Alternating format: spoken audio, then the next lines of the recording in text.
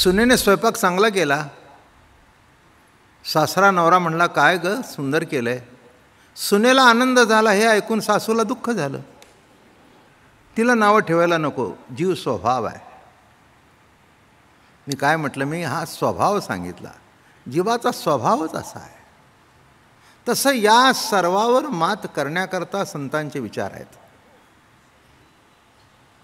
जे दुसऱ्याकडे बघून जगतात ते दुःखी होतात.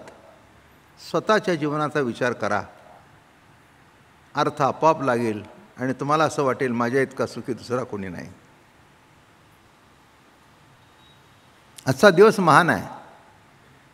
भारताचा स्वातंत्र्य आज मिळालं 15 ऑगस्ट. आणि तुमच्या माहितीकरता सांगतो, आज माऊलीचा वाढदिवस आहे. 15 ऑगस्टलाच माऊलीचा वाढदिवस होता. दुःख कोणाला पाहिजे, कोणालाच नको. पण असं असताना सुद्धा ते येतच. ते येतच नको म्हटलं तरी येतं. जीवनाचा भाग आहे तो. आणि दुसरी गोष्ट अशी आहे की सुखाची व्याख्याही नक्की ठरलेली नाही आणि दुःखाचीही व्याख्या ठरलेली नाही. इंग्रजीमध्ये एक म्हण आहे, one man's food is another man's poison. एकाला जे जेवण आहे ते दुसऱ्याचं विष आहे. आपल्याकरता नको ते खातात ते विष आहे, पण त्यांचं जेवण आहे. तेव्हा नक्की सुखाची व्याख्या काय, नक्की दुःखाची व्याख्या काय. मुलगा पास झाला, आम्हाला सुख आहे. भावाचा मुलगा 10वीला बरोबरच होता, त्याला दुःख झालं. याच्या मुलाला 90 पडले टक्के, याला 70 पडले. नापास नाही झाला, पण मार्क कमी पडले. कळलं? एकच क्रिया, एकच कृती, पण एकाला दुःख आहे, एकाला सुख आहे. मला असं वाटतं देशाला स्वातंत्र्य आज मिळालं आणि समाजाला स्वातंत्र्य माऊलीच्या जन्माने आजच मिळालं. खऱ्या अर्थाने स्वतंत्र दिवस आहे. नाही तर कोणी प्रवचन करावं, कोणी कीर्तन करावं, कोणी ऐकावं, कोणी देवळात जावं, कोणी जाऊ नये, कुणी कुणाला शिवावं, कुणी कुणाला शिवू नये, हे वारकऱ्याच्या मनाला शिवतच नाही. काय म्हटलं मी? हे वारकऱ्याच्या मनाला शिवतच नाही. हे जर नीट लक्षात घेतलं तर कळेल की वारकरी संप्रदाय काय आहे. वाईट गोष्ट आहे असं जर वाटलं तो करील का? सध्या पेपरमध्ये बातम्या अशा येत आहेत की बापाने 2 वर्षाच्या मुलीवर, काय आता म्हणावं, कितीतरी लहान मुली, 7-8 जण. बरं, आता मला सांगा, हा जो करतोय धोका पत्करून की आपण पकडलो तर काय होईल? किंबहुना त्या क्षणाला ते त्याला वाईट वाटतच नाही. मग वाईट ते वाईट, हे वाईट त्या वेळेला वाटणं हे महत्त्वाचं आहे.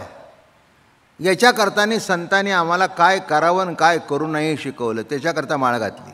जे संसार सुखाचं करायला निघालेत, आता ग्रहदेक आघावे ते काही नलगे त्यजावे, जे येते झाले स्वभावे निसंगू म्हणून. स्वभाव येत आहे संसार. अहो संसार स्वभावता येतो, कसं सांगू का? सहज स्वभावता भूक लागते. भूक लागण्याकरता काही प्रयत्न आहे का? भागवण्याकरता प्रयत्न आहे. भूक भागवण्याकरता प्रयत्न आहे, भूक लागण्याकरता प्रयत्न आहे का? पाणी आणण्याकरता जावं लागतं नळाजवळ, पण तहान लागण्याकरता स्वभाव आहे. दिसलं नाही डोळ्याला तर प्रयत्न करावे लागतात. दिसण्याकरता काही करावे लागतच नाही, दिसतंच आहे. इच्छा, आकांक्षा, भूक, तहान सगळ्यालाच आहे ना. काय ज्ञानोबा झाले तरी त्यांना होतेच ना. म्हणूनच मांडे खाण्याची इच्छा झाली. एवढे मोठे तत्त्वज्ञानी, एवढं मांड्यात जीव का गुंतला? नाही, गुंतला नाही. हे जीवनाचा भाग आहे. जीवाला मांडे खावेसे वाटणे काही चूक आहे का? काही चूक नाही, नाही का? मग पुढचे चरित्र तुम्हाला माहिती आहे, सांगायची गरज नाही. काहीच चूक नाही. आम्ही याला लोभ म्हणतो, याला आशा म्हणतो. नाही नाही, एक लक्षात ठेवा, संसार सोडून तुम्ही कुठे जाऊ शकत नाही. सोडायच्या भानगडीत पडू नका. कसा नीट करता येईल याचा प्रयत्न करा.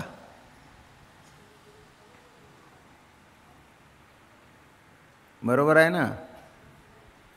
स्वयंपाक करायचा म्हटलं तर भाजी करावीच लागते, पण कशी तरी करून नवऱ्याची शिव्या खाण्यापेक्षा नीटनिटकी केलेली काही फारच बरी ना. काय नीटनिटकी करण्याने साफल्यपत्रात पडेल, त्यालाही आनंद आणि तुलाही आनंद. कशी करून 15 रुपयाची पेंडी आणून तीही वाया गेली, नवराही अतृप्त आणि ही अतृप्त. आपापल्या परीने तो नीट कसा होईल, चांगला कसा होईल. तो नीट आणि चांगला तेव्हाच होईल जेव्हा तुमच्या मानसिक बदल होईल. तेव्हा तो मानसिक बदल संसारात राहून प्रभूचं हरिमुखे म्हणा हरिमुखे म्हणा हे पालट होण्याचं मुख्य उपासनेचा भाग आहे. हरिमुखे म्हणा हरिमुखे जसं म्हणत जाता तसं चित्तामध्ये मनामध्ये आपोआपच पालट होतो. काही काही लोकांना ही गोष्ट वाईट आहे हे वाटतच नाही. वाईट आहे नाही, संसार सोडून कुठे जाता येतं? अहो, बायकोचा मुलाबाळांचा संसार सोडला, पण शिष्याचा आणि शिष्यिनींचा संसार तयार झाला ना, तो कुठे सुटतोय? आमच्या संप्रदायातले एक महाराज, अतिशय माझं त्यांचं प्रेम, त्यांच्याकडे कीर्तन वगैरे होणं, त्यांनी मोठी धर्मशाळा बांधली. आमची आहे. बाबा महाराज काय सांगू म्हणले, संसाराची एक चावी सोडली पण माझ्याकडे 140 चाव्या आहेत खोल्यांच्या. मग एका खोलीची व्यवस्था बघणं, हा संसार लहान आहे आणि 140ची नळ गळतायत का, संडास नीट आहेत का, केवढा मोठा संसार. तेव्हा तुम्हाला जर वाटत असेल की हे सोडून जाऊ, पर्याय नाही, याच्यातच कसं काय राहता येईल ते नीट बघा. एक आमचे महाराज गोष्ट सांगायचे. बाहेर पाऊस पडतोय, लाईट गेलेली आहे, उकडतंय बरं का, आणि ढेकूण आहेत. बरं, ढेकूण आहेत, उकडतंय म्हणून बाहेर जावं तर बाहेर पाऊस आहे. आता सांगा उपाय काय? उपाय काय नाही, उजेडेतोपर्यंत थांबा. उपाय काय? तसं जीवनामध्ये जे घडायचं ते घडतच असेल, तो काळ संपेतोपर्यंत थांबावंच लागतं. त्याच्याशिवाय दुसरा काही पर्याय आहे का? नाही पर्याय. एखादा जर प्रसंग आला तर तो प्रसंग संपेतोपर्यंत थांबावंच लागतं. काय करता? काय आहे हातात तुमच्या? काय आहे हातात? म्हणून नसोनी संसारी सांगितलं नाही, असोनी संसारी सांगितलं. Very practical person. त्याचे अर्थ इतरांनी असे केले, अहो एकदम सोडा कशाला सांगा, थोडं सांगा, तसं नाही आहे. असोनीच बरं का. अहो सुलभ आणि सोपारे वरी परब्रह्म. का सोपारे, का सुलभ? काही टाकायचं काही नाही, फक्त आहे ते नीट करायचं आहे. माझं म्हणणं कळलं का? हां, सासरा धान्य आणून टाकतो, मग सासूकडे देतो. ते म्हणते सुनबाई जरा नीट कर पाहू, जरा गहू नीट कर पाहू. नीट करणं शब्दाचा अर्थ गहू विकत आणणं नव्हे. गावातले जे दगड आहेत, खडे आहेत, बारीक बारीक, नको ती घाण आहे तेवढी काढून टाकणे, नीट करणे. तसं जीवन मिळालेलंच आहे, संतांच्या संगतीत नीट करणे. तुम्ही खडी ठेवताय आणि गहू खाली टाकताय, इथेच चुकताय. दुसरी एक भाषा आहे, काय करताय? गहू निवडतोय. आता गहू निवडताय का त्याच्यातले खडे निवडून टाकताय? तसं नीट लक्षात घ्या.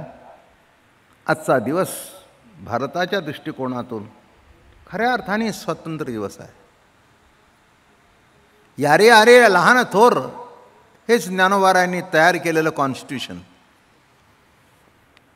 भारतीय राज्यघटना आर्टिकल 14, 16, 17 हे जे आहेत त्याचं सार एका शब्दात आलं, यारे यारे लहान थोर याती भलते नारी नर, न करावा विचार नलगे चिंता कोणास.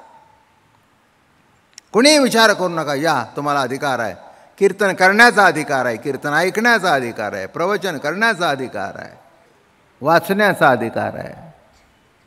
काय गंमत आहे. मग पुन्हा एक भाग आला जो आपला चालू आहे की संसार वाईट आहे, त्याच्यातून बाहेर पडलं पाहिजे आणि त्याच्यातून बाहेर पडण्याकरता परमार्थ. आता बाहेर पडून जाता कुठे, काय करावं, काय करू नये, नाही का.